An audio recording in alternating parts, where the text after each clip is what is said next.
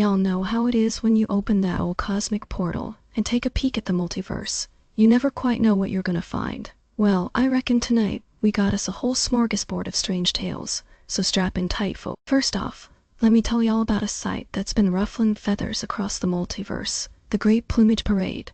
Now ain't that a kicker? Seems like every creature with wings from hummingbirds to hyper-intelligent batches decided to strut their stuff in this grand procession through the cosmos. Land sakes, I reckon they're gonna be doing the bird dance of 74 all over again. But wait, there's more. These aren't your ordinary feathered friends.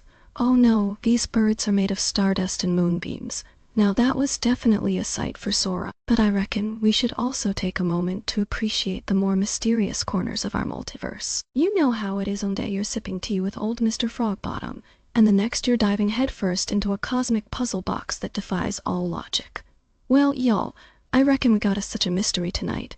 In a distant corner of the multiverse, there's been an unusual spike in reports of talking teapots. Now, I know what you're thinking.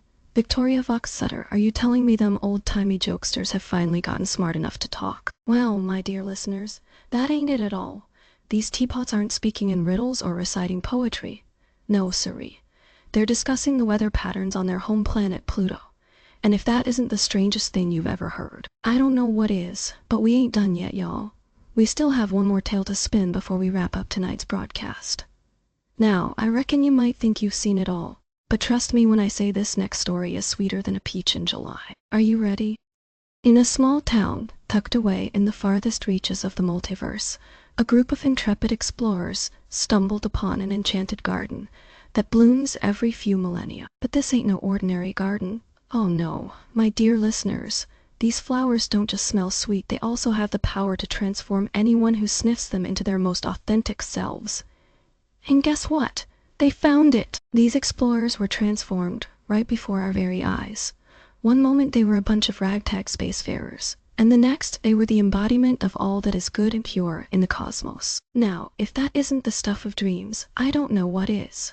So there y'all have it, a smorgasbord of strange tales from across the multiverse. I reckon it's time for me to sign off and leave you with some words of wisdom that I hope will stick with y'all long after this broadcast has come to an end.